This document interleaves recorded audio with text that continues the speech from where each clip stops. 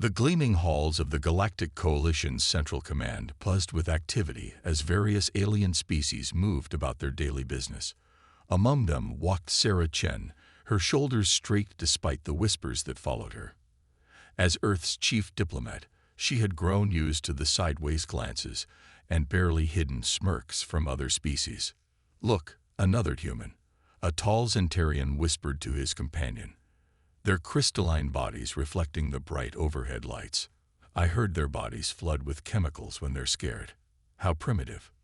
Sarah kept walking, her face neutral even as her hands clenched slightly at her sides. After 5 years of representing humanity in the Coalition, she had learned to ignore such comments. Humans were the newest members of the Galactic Coalition, and their biology was a constant source of amusement for the more evolved species. The morning's council meeting was about to begin, and Sarah took her usual seat at the massive circular table. Representatives from 30 different species filled the chamber, their forms ranging from the gaseous nebulons to the silicon-based petroxians. The human section, marked with Earth's flag, seemed almost plain in comparison. "Order, please," called out High Commander Ixtal, their tentacles waving for attention. "We must address the growing concern about the attacks on our outer colonies." Sarah sat up straighter. For months now, she had been tracking a pattern in these attacks. 3 mining colonies had gone dark in the past month alone, but the Coalition seemed more interested in debating trade regulations than investigating the disappearances. "Perhaps it is simply equipment failure," suggested the Nebulon representative, their gaseous forms swirling lazily. "These outer colonies often struggle with maintaining their technology." "With all due respect," Sarah spoke up, her voice clear and firm, "3 colonies don't just fail simultaneously. The pattern suggests coordinated attacks." The chamber filled with the equivalent of alien eye rolls and sighs. A Zentarian representative spoke up, their crystal form tingling with amusement. "Ah yes, the human tendency to see threats everywhere. Tell us, is this your species' famous fight-or-flight response speaking?" Laughter rippled through the chamber. Sarah remained steady, pulling up the holographic data she had compiled. "Look at the evidence. Each attack occurred exactly 15 standard days apart. Each colony went dark during their night cycle, and each was located along the same spatial vector, suggesting whatever is responsible is moving in a straight line through our territory." "Impressive pattern recognition," the Petroxian representative rumbled, their stone-like face shifting slightly. "Another primitive survival trait, no doubt. Always looking for predators in the shadows." The High Commander waved their tentacles dismissively. "While we appreciate humanity's unique perspective, the Coalition has existed for 10,000 years without such basic survival mechanisms. We have evolved beyond the need for such primitive responses." Sarah watched as the council moved on to discuss trade routes her data ignored. On her tablet, she added another note to her growing file. The next colony in the pattern's path was Station Deep Horizon. According to her calculations, it would be targeted in exactly 8 days. As she left the council chamber that evening, Sarah sent a private message to the station's commander, warning them to be ready. The other species might mock humanity's survival instincts, but she knew better. Those same instincts had kept humanity alive through countless challenges on Earth. Walking back to her quarters, Sarah wondered if perhaps being primitive wasn't such a bad thing after all. Sometimes, the old ways were the best ways, and deep in her gut, those primitive instincts were telling her that something terrible was coming. Those same instincts had never been wrong before. 8 days had passed since Sarah Chen's warning, and Station Deep Horizon hung silently in space. The station's commander had taken her warning seriously enough to increase security patrols, but most of the crew treated it as a joke. Another example of jumpy humans seeing danger in empty space. Sarah sat in her office on Central Command, watching the station's live feed. The night cycle had just begun there. Her hands gripped her coffee cup tightly as she waited, those primitive instincts screaming that something was about to happen. At exactly midnight station time, the feed went dark. Sarah was running toward the council chamber before the first alarms even started. By the time she arrived, the room was in chaos. Representatives from all species crowded around the central hologram, watching as Station Deep Horizon's emergency signals flashed. Unknown vessels detected. The station's AI reported 3 ships of unregistered design. They're massive. The council watched in stunned silence as 3 shadow-black ships, each the size of a small moon, emerged from what appeared to be tears in space itself. Their design was unlike anything the Coalition had ever seen, organic and predatory, like giant spaceborne creatures rather than constructed vessels. "This is Commander Zura of Station Deep Horizon," a voice crackled through the emergency channel. "We are under attack. The enemy. They're boarding us." "There." The commander's voice cut off in a strange, choking sound. "Maintain visual contact." High Commander Ixtol ordered, their tentacles writhing in agitation. "Send immediate reinforcements." The station's internal cameras were still functioning. Through them, the council got their first look at the attackers. Tall, shadow-like beings moved through the station's corridors. They seemed to be made of living darkness, with multiple limbs and faces that were just wrong somehow. But worst of all was the aura they projected, a wave of pure terror that preceded them. Sarah watched as the station's security forces, made up of various Coalition species, simply froze in place. The Zentarians crystallized completely. The nebulons condensed into tight, immobile clouds. Even the mighty Patroxians turned to lifeless stone. It was as if their advanced evolution, which had eliminated the need for fear responses, had left them completely defenseless against this type of attack. Only the humans on the station were still moving. "Fall back," she heard a human security officer shout. "Maintain distance. Use the emergency protocols." While other species stood paralyzed, the humans on board were running, fighting, and most importantly, surviving. Their primitive fight-or-flight response was keeping them alive, allowing them to either engage the enemy or retreat to safer positions. "Fascinating," one of the shadow beings spoke through the communication system, its voice like ice in their minds. "The little ones can still move." "How?" "Unexpected." High Commander Ixtol tried to speak, but like most of the council, they seemed frozen in place. The fear aura was affecting them even through the communication link. Sarah stepped forward, her heart pounding but her mind clear. Thanks to thousands of generations of evolution dealing with fear, she could think through it. "This is Sarah Chen, representing Earth and the human systems. Who are you, and what do you want?" The Shadow Being's response came with what might have been amusement. "We are the Void Hunters, little one, and what we want is everything." Sarah watched as the humans on Station Deep Horizon managed to evacuate almost 40% of the crew, the only ones who could still move, before the station fell. As emergency pods streaked away from the doomed station, she realized a terrible truth. Humanity's greatest weakness had just become the galaxy's only hope. The Void Hunters had made a mistake. They had assumed, like everyone else, that the human fear response was a weakness. They were about to learn just how wrong they were. 3 days after the fall of Station Deep Horizon, the Galactic Coalition remained paralyzed with fear. Most species couldn't even discuss the Void Hunters without freezing up. But in the human section of Central Command, there was constant movement. Sarah Chen stood before a hastily assembled group of human experts. Military officers, scientists, and strategists had arrived from Earth through emergency protocols. The room buzzed with nervous energy, but unlike the other species, humans could use their fear to focus. The evacuation data confirms it. Dr. James Walker, Earth's leading xenobiologist, pointed to his findings. While other species completely shut down in the presence of the Void Hunter's fear aura, human adrenaline actually helps us fight through it. Colonel Maria Rodriguez, a veteran of Earth's space forces, nodded. "It's like our ancient ancestors facing predators on the savannah.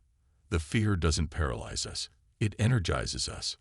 Sarah watched as historical footage played on the main screen. Humans throughout history, facing overwhelming odds. Soldiers charging into battle. Firefighters running into burning buildings. Ordinary people helping others during disasters.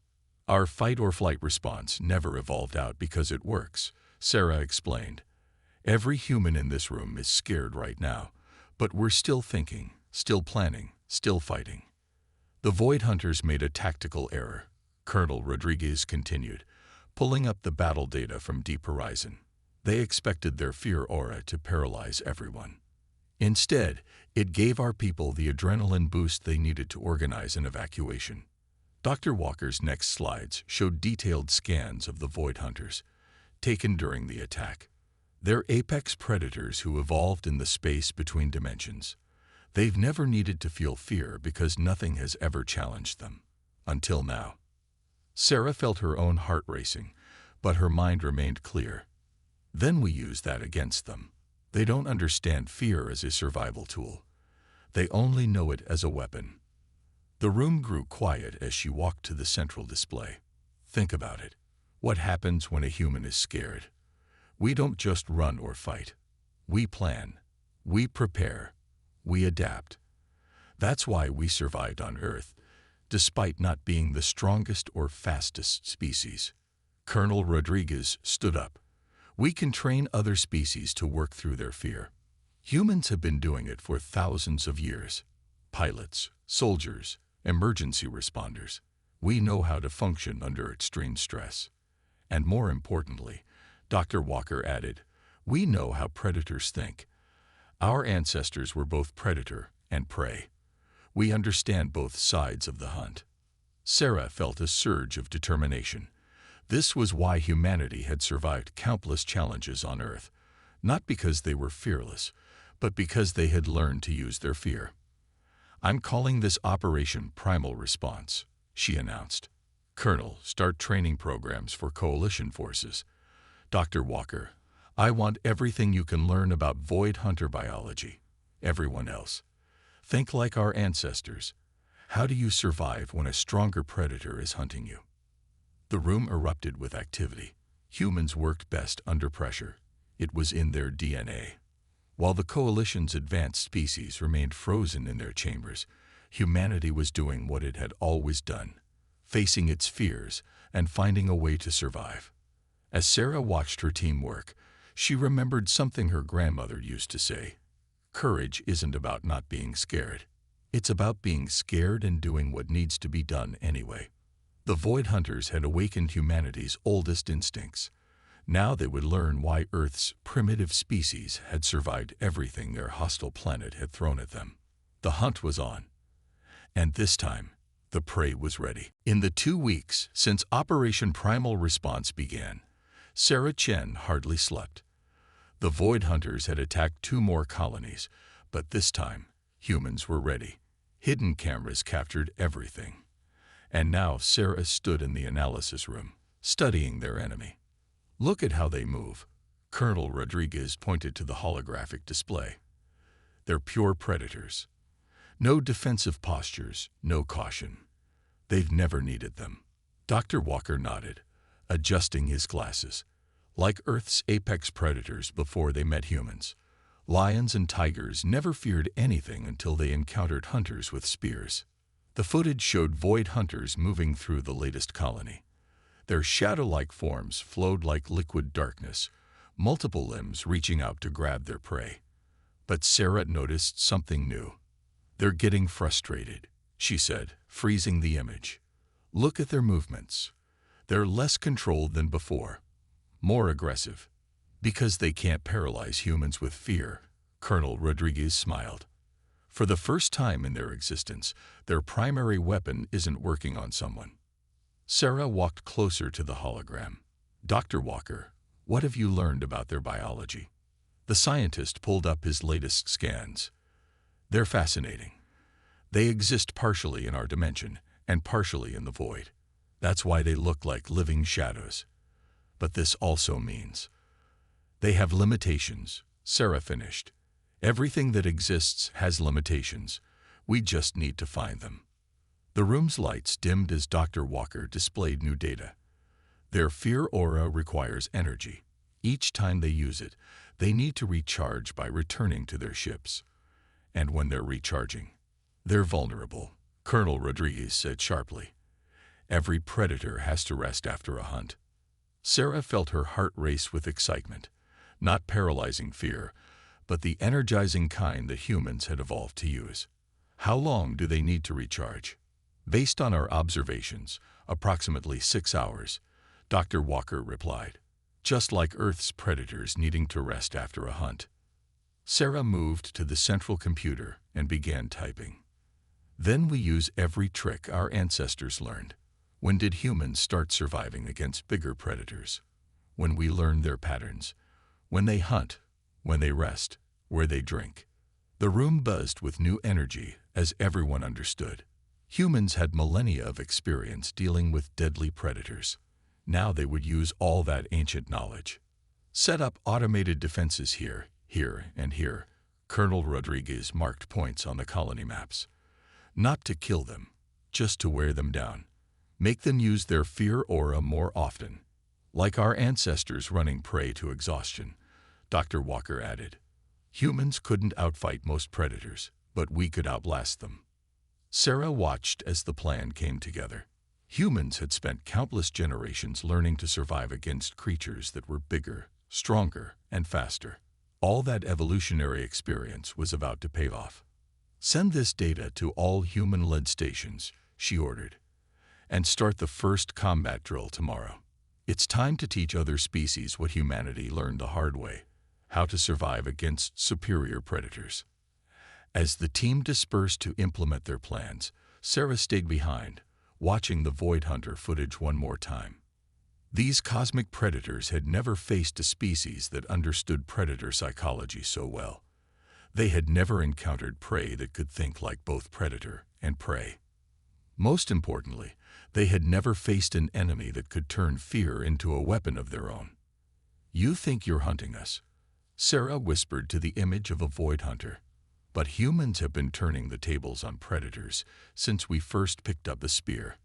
Let's see how you like being the hunted ones for a change. 1 month into Operation Primal Response, Sarah Chen stood before the Coalition Council. For the first time since the Void Hunters appeared, representatives from all species sat in their chairs without freezing in terror. The human training programs were working. Zentarian forces held their position for 15 minutes under the fear aura yesterday, Sarah reported, her voice strong and clear. The Petroxians managed 20 minutes, and the Nebulons have learned to disperse their form instead of condensing when afraid. High Commander Ixtal's tentacles moved with newfound confidence. The humans' training methods are surprisingly effective. Their understanding of fear as a survival tool is proving invaluable. The chamber's main screen lit up with tactical displays. Colonel Rodriguez stepped forward, pointing to a blinking red dot. The Void Hunters are attacking Research Station Alpha 7, but this time, we're ready for them. The Council watched as the battle unfolded. When the 3 massive Void Hunter ships appeared, they found something unexpected. The station's crew didn't freeze. Instead, they executed the human-designed defense plan perfectly. Look, Sarah pointed. They're using everything we taught them. The Zentarians are maintaining their crystal forms, but channeling the fear into rainbow patterns that confuse the hunter's vision. The Nebulons are using their gas form to create defensive clouds, just like Earth's octopi using ink. The station's cameras showed more. Petroxian warriors, taught by humans to use their stone-like state as armor instead of freezing in fear. Nebulon engineers dispersing and reforming to repair crucial systems even under the fear aura. They're retreating. Someone shouted as the Void Hunter ships pulled back. Station Alpha 7 is holding. The council chamber erupted in cheers, a first in its 10,000-year history. Sarah felt pride surge through her. Humanity's greatest contribution to the galaxy wasn't advanced technology or powerful weapons. It was teaching others how to survive. But this is just the beginning, Colonel Rodriguez warned, bringing up new tactical displays. The Void Hunters will adapt. They've never had to before. but now they must. That's how predator-prey relationships work. Then we'll adapt faster, Sarah replied. It's what humans do best. Tell them about the next phase, Colonel. Rodriguez nodded. We're launching our first offensive operation. The Void Hunters think they're the only ones who can use fear as a weapon. They're wrong. The tactical display showed a new battle plan. Human ships, equipped with modified versions of the Void Hunters' own fear projection technology. But this version was different. It projected the specific fears of the Void Hunters themselves. Every predator fears something. Dr. Walker explained from his laboratory feed. Loss of hunting ground, stronger competitors, prey that fights back. We've studied them long enough to know what makes them hesitate. Sarah watched as the council absorbed this information. A month ago, they had mocked humanity's primitive fear response. Now they were eager to learn more about human survival strategies. The next attack will be different, Sarah promised. The Void Hunters thought they were facing primitive, fearful prey. Instead, they've awakened every survival instinct humanity evolved over millions of years. And we're teaching those instincts to every species in the coalition. As the council meeting ended, High Commander Ixtal approached Sarah. Perhaps, they said quietly, evolution isn't always about removing old responses. Sometimes it's about understanding why they existed in the first place. Sarah smiled. The galaxy was changing. Fear was no longer seen as a weakness to be eliminated, but as a tool to be understood and used. The Void Hunters had wanted to hunt the galaxy's species. Instead, they had united them in ways no one could have predicted. And humanity, once mocked for its primitive survival instincts, was leading the way. Red alert sirens blared through Central Command. Sarah Chen raced to the emergency control room, her heart pounding but her mind clear. The Void Hunters had launched their biggest attack yet. Over 20 massive ships, all heading straight for the coalition capital. They're desperate, Colonel Rodriguez said as Sarah entered. They know they're losing their advantage, so they're gambling everything on one massive strike. The control room buzzed with activity. Representatives from every coalition species worked at their stations, fear present in their movements, but no longer controlling them. Months of human training had prepared them for this moment. All defense stations report ready, a Zentarian officer announced, their crystalline form glowing with determination rather than terror. Human-designed fear shields are at full power. Sarah watched the tactical display as the Void Hunter fleet approached. Their ships looked different now, more aggressive, more chaotic. The perfect predators were showing signs of stress for the first time in their history. They're not used to being afraid, Dr. Walker observed from his station. Their hunting grounds are shrinking. Their prey fights back. Everything they knew about their place in the universe has changed. Launch Operation Shadow Turn, Sarah commanded. Immediately, the coalition's new defense plan sprang into action.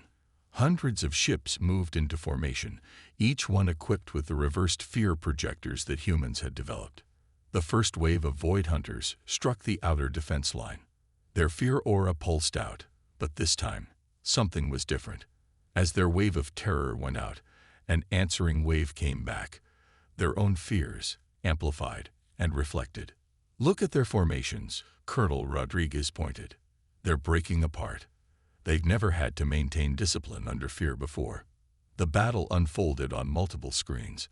Nebulon ships dispersed into clouds of living gas, confusing the Void Hunter sensors.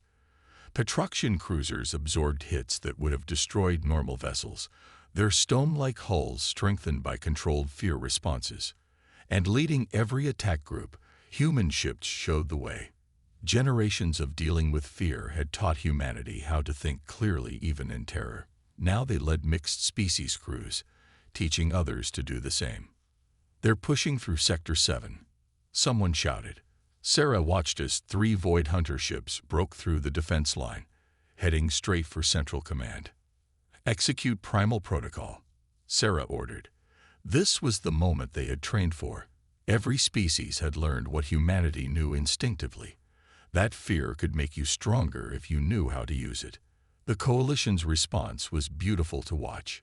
Ships moved in patterns that would have been impossible months ago. Species that once froze in terror now fought with coordinated precision. The Void Hunters found themselves facing prey that refused to be hunted. Their flagship is taking heavy damage, Colonel Rodriguez reported. They've never had to consider retreat before. They don't even have protocols for it. Sarah watched as the massive Void Hunter ships began to break formation. For the first time ever, the cosmic predators were experiencing what their prey had always felt, the need to flee. All ships press the advantage, Sarah commanded. But remember what we learned. Don't let battle hunger make you reckless. Control your fear, use it, but don't let it use you. The Void Hunter's perfect formation collapsed completely. Ship after ship vanished into the void, retreating from prey that had learned to bite back. Their final attack had failed. As cheers erupted throughout Central Command, Sarah thought about how far they had come. The coalition species had learned that fear wasn't a weakness to be eliminated, but a strength to be mastered. And humanity, once mocked for its primitive responses, had become the galaxy's greatest teachers. The final Void Hunter ship disappeared into space, leaving behind a changed galaxy. The age of the perfect predator was over. 6 months after the great battle at Central Command, Sarah Chen stood before the Coalition Council. This time, she wasn't there to report on threats or defensive strategies. Instead, she was receiving the highest honor the Coalition could bestow, the title of Supreme Defense Coordinator. The galaxy has changed, High Commander Ixtal announced, their tentacles moving in what humans now recognized as a gesture of deep respect. And humanity has been our greatest teacher. The council chamber looked different now. Where once there had been clear divisions between species, now representatives sat mixed together. Centurions crystallized in beautiful patterns not from fear, but to celebrate.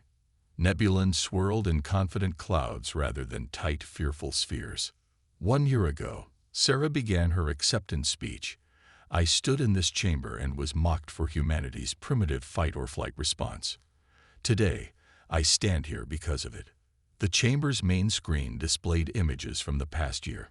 Coalition species training together, learning to understand and use their fear responses. The successful defense against the Void Hunters. And most importantly, the changes that had come after. We've received word that the Void Hunters have established a permanent territory beyond the galactic rim, Sarah reported. For the first time in their history, they're learning to coexist rather than simply dominate. They've discovered something new, respect for their prey. Dr. Walker, now head of the Coalition's Xenobiology Department, stepped forward with his latest findings. Every species in the Coalition is showing remarkable adaptation. They're rediscovering survival instincts they thought they had evolved past. But now they're controlling these instincts rather than being controlled by them. Colonel Rodriguez, recently promoted to general, added her own report. The new Coalition Defense Force combines the strengths of all species. Humans teach survival strategies. Centurions have developed their crystalline forms into advanced sensor arrays. Nebulons use their gas forms for stealth operations. And Petroxians form the backbone of our heavy defense units.